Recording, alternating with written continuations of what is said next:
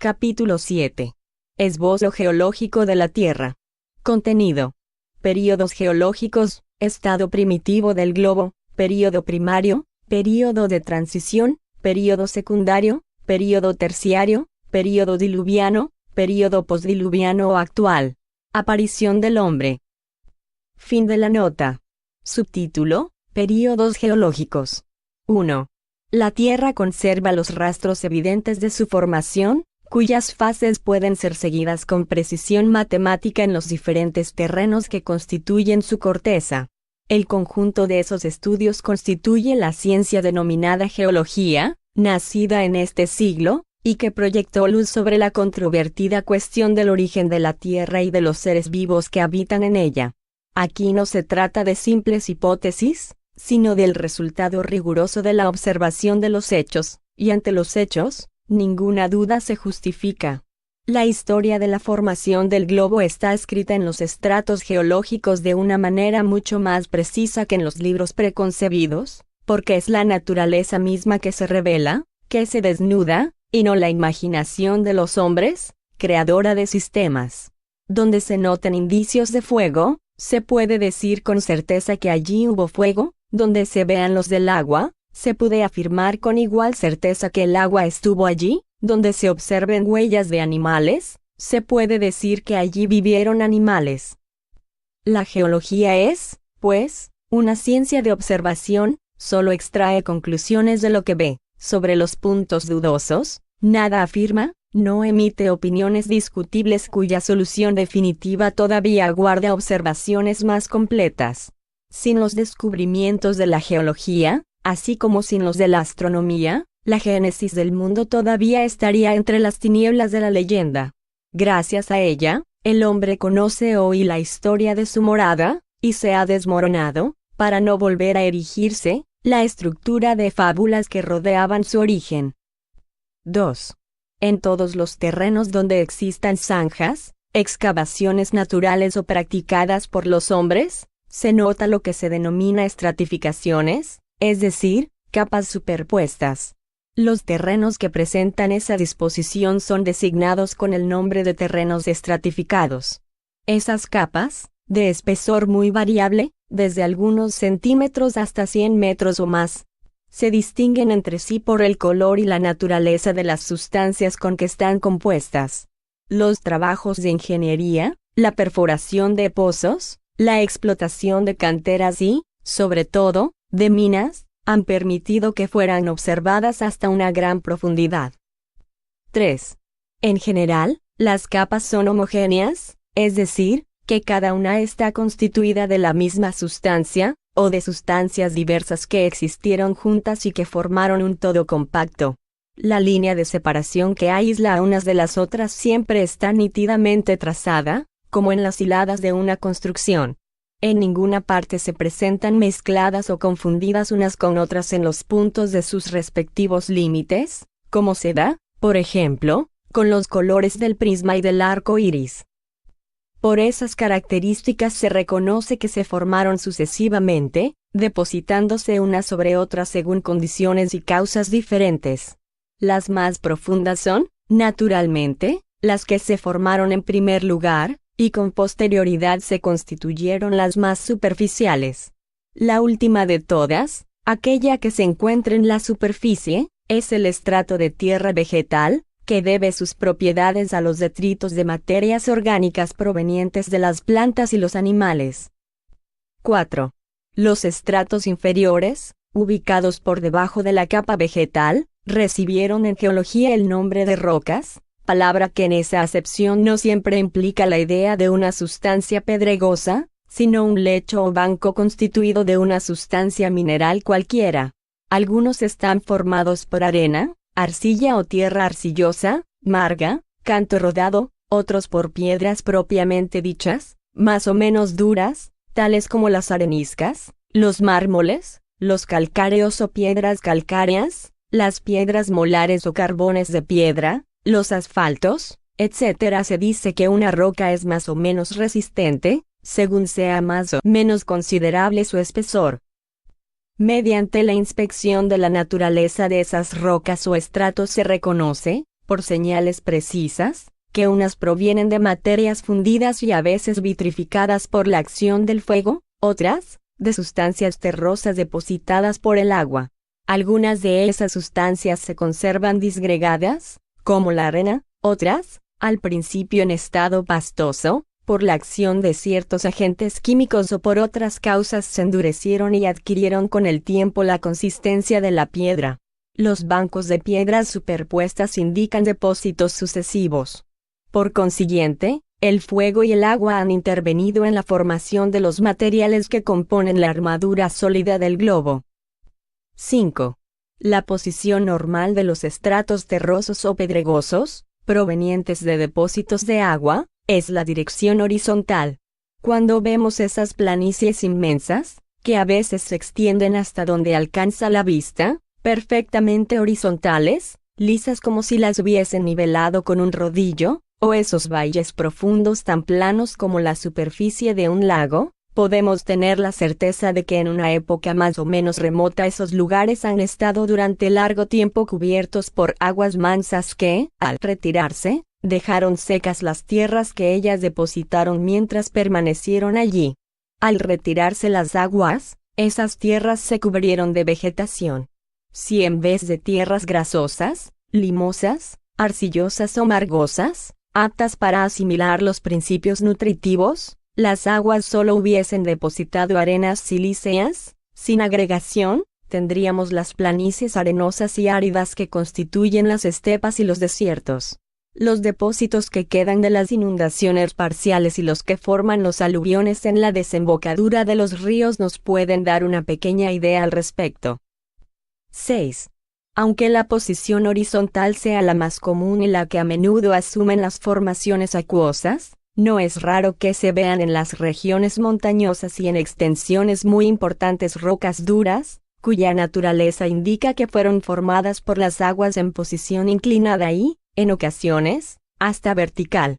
Ahora bien, como según las leyes de equilibrio de los líquidos y de la gravedad, los depósitos acuosos solo pueden formarse en planos horizontales, puesto que los que se forman sobre planos inclinados son arrastrados por las corrientes y por el propio peso hacia las tierras bajas, resulta evidente que esos depósitos han sido erigidos por alguna fuerza, después de que se hubieran solidificado o transformado en piedra.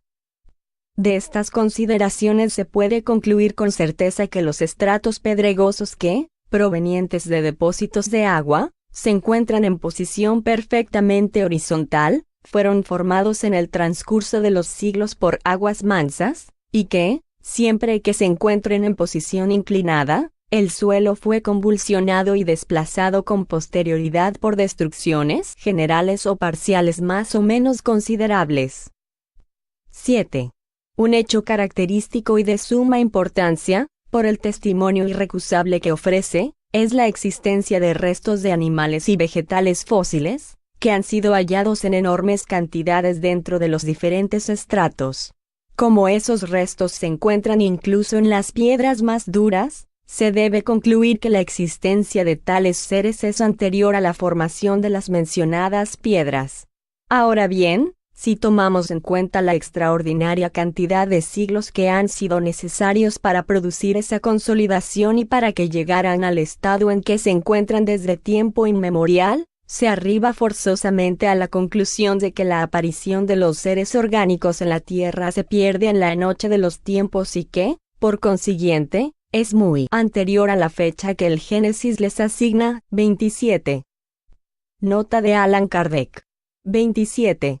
Fósil, del latín fossilia, fossilis, derivado de fossa y de fodere, cavar, excavar la tierra. Es una palabra que en geología se emplea para designar cuerpos o despojos de cuerpos orgánicos pertenecientes a seres que vivieron con anterioridad a las épocas históricas. Por extensión, se dice igualmente de las sustancias minerales que revelan indicios de la presencia de seres organizados, tales como las señales dejadas por vegetales o animales. El término petrificación solo se emplea con relación a los cuerpos que se han transformado en piedra por la infiltración de materias silíceas o calcáreas en los tejidos orgánicos. Todas las petrificaciones son necesariamente fósiles, Pero no todos los fósiles son petrificaciones. Los objetos que quedan recubiertos por un estrato pedregoso cuando se los sumerge en ciertas aguas cargadas de sustancias calcáreas, como las del arroyo de Saint-Alyre, cerca de Clermont, en Auvergne, Francia, no son petrificaciones propiamente dichas, sino simples incrustaciones. En cuanto a los monumentos, inscripciones y objetos provenientes de fabricación humana, pertenecen al dominio de la arqueología. Fin de la nota. 8. Entre los restos de vegetales y animales hay algunos que están penetrados en todos los puntos de su sustancia por materias silíceas o calcáreas, que los convirtieron en piedras, algunas de las cuales tienen la dureza del mármol, sin que eso haya alterado su forma. Esas son las petrificaciones propiamente dichas. Otros fueron simplemente recubiertos por la materia en estado pastoso, se los encuentra intactos y, algunos, enteros, en las piedras más duras. Por último, otros solo dejaron huellas, pero de una nitidez y una delicadeza impresionantes. En el interior de ciertas piedras se hallaron incluso huellas de pisadas y, por la forma de las patas, los dedos y las uñas, se pudo reconocer la especie animal de la que provenían. 9. Los fósiles de animales no contienen, y eso es fácil de comprender, más que las partes sólidas y resistentes, es decir, la osamenta, los caparazones, los cuernos y, en algunas ocasiones, esqueletos completos. La mayor parte de las veces, sin embargo, son solo partes separadas, pero cuya procedencia se reconoce fácilmente. Si se examina una mandíbula o un diente, es posible determinar de inmediato si pertenece a un animal herbívoro o carnívoro.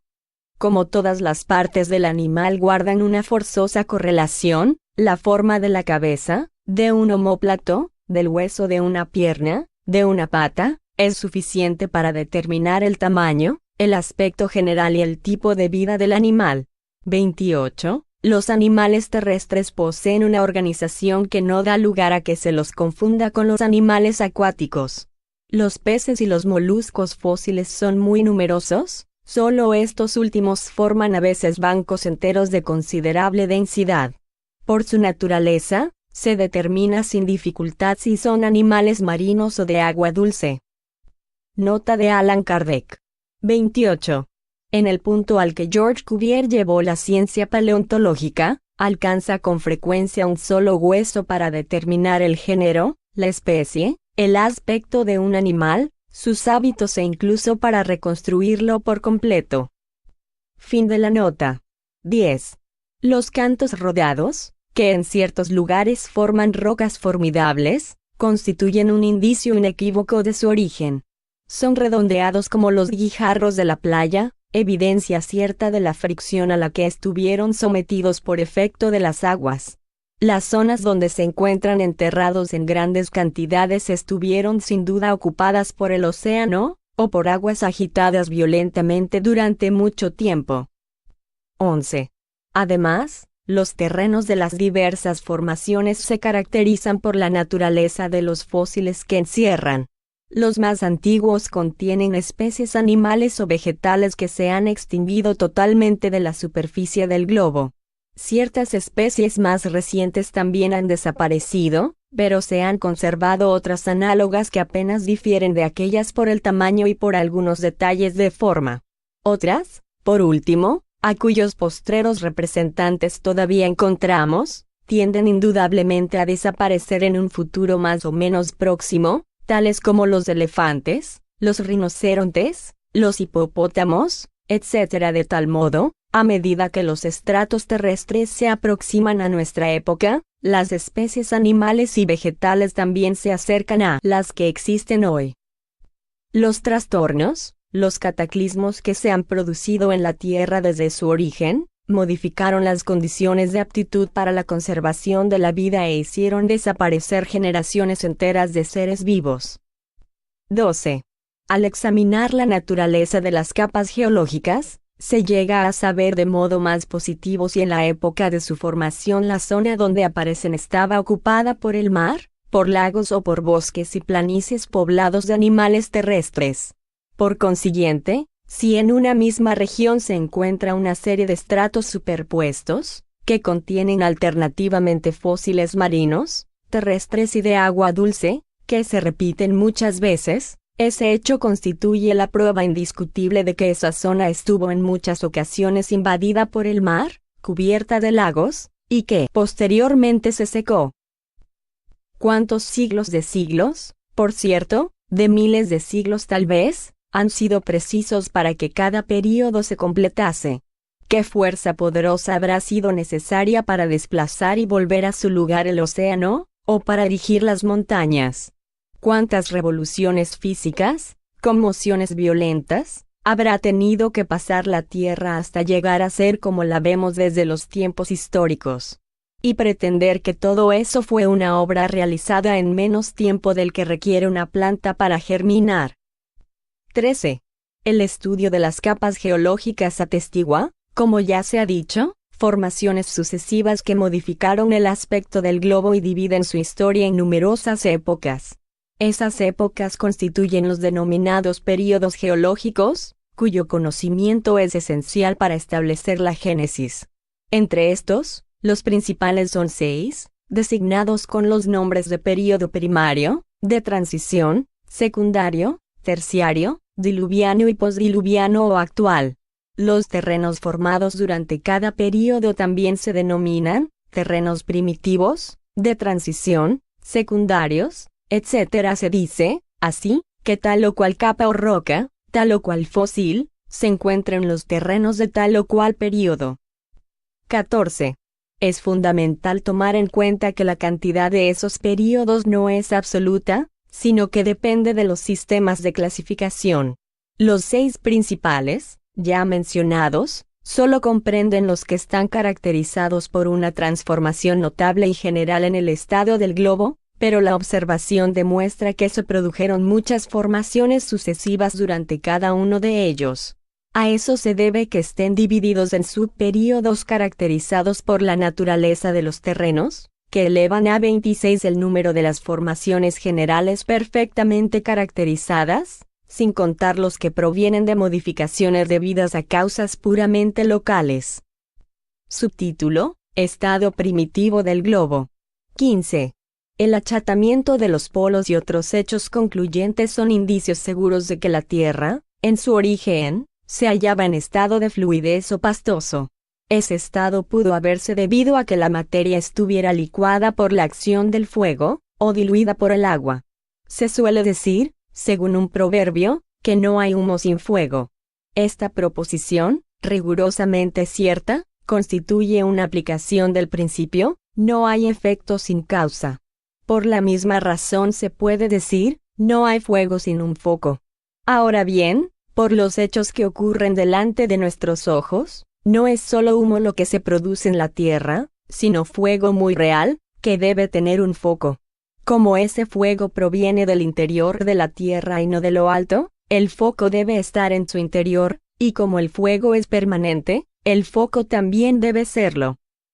El calor, que aumenta a medida que se penetra en el interior de la Tierra, y que a cierta profundidad alcanza una temperatura muy elevada, las fuentes termales, tanto más calientes cuanto más profundas están sus nacientes, los fuegos y las masas de materia fundida e inflamada que escapan de los volcanes, como de inmensos respiraderos, o por las grietas abiertas por los temblores de tierra, no dejan duda sobre la existencia de fuego en el interior. 16. La experiencia demuestra que la temperatura se eleva 1 grado cada 30 metros de profundidad, de donde se deduce que a una profundidad de 300 metros, el aumento es de 10 grados, a 3000 metros, de 100 grados, la temperatura del agua en ebullición, a 30.000 metros, o sea 7 u 8 leguas, de 1000 grados, a 25 leguas, de más de 3300 grados, temperatura a la cual ninguna materia conocida resiste la fusión. De ahí, hasta el centro, que estaría ocupado por materias fundidas, hay todavía una distancia de más de 1400 leguas, o 2800 leguas si se considera el diámetro. Aunque esta solo sea una suposición, al evaluar la causa por el efecto, reúne todos los caracteres de la probabilidad y conduce a la conclusión de que la Tierra es aún una masa incandescente recubierta por una corteza sólida cuyo espesor es de 25 leguas en el punto máximo, lo que representa apenas la 120ª parte de su diámetro. Proporcionalmente, sería mucho más estrecha que el grosor de la más delgada cáscara de naranja. Además, el espesor de la corteza terrestre es muy variable, pues existen zonas, sobre todo en los terrenos volcánicos, donde el calor y la flexibilidad del suelo indican que este es muy poco considerable. La elevada temperatura de las aguas termales constituye también una señal de la proximidad del fuego central. 17. De ese modo, resulta evidente que el estado primitivo fluido o pastoso de la Tierra debe de haber tenido como causa la acción del calor, y no la del agua.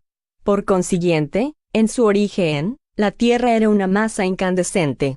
A consecuencia de la radiación calórica, ocurrió lo que sucede con toda materia en fusión, se fue enfriando poco a poco, comenzando el enfriamiento como era natural por la superficie, que se solidificó mientras que el interior se conservó fluido. Se puede, así, comparar a la Tierra con un bloque de carbón cuando sale incandescente del horno, y cuya superficie se apaga y enfría en contacto con el aire, mientras que en su interior se conserva en estado de ignición, de conformidad con lo que se verificaría al quebrarlo. 18. En la época en que el globo terrestre era una masa incandescente, no contenía ni un átomo de más ni de menos que hoy, solo que por la influencia de esa elevada temperatura, la mayor parte de las sustancias que lo componen y que vemos bajo la forma de líquidos o sólidos, de tierra, piedras, metales y cristales, se hallaban en un estado muy diferente, apenas sufrieron una transformación. A consecuencia del enfriamiento, los elementos formaron nuevas combinaciones. El aire, considerablemente expandido, debió extenderse a una distancia inmensa, la totalidad del agua, forzosamente convertida en vapor, estaba mezclada con el aire, todas las materias susceptibles de volatilizarse, tales como los metales, el azufre y el carbono, se hallaban en estado gaseoso. El estado de la atmósfera, por lo tanto, no tenía nada comparable a lo que es hoy. La densidad de todos esos vapores le conferían una opacidad que ningún rayo de sol podía atravesar. Si en esa época hubiese existido un ser vivo sobre la superficie del globo, apenas habría estado iluminado por los siniestros reflejos del enorme horno que estaba debajo de sus pies y de la atmósfera ardiente, sin que sospechara siquiera la existencia del sol.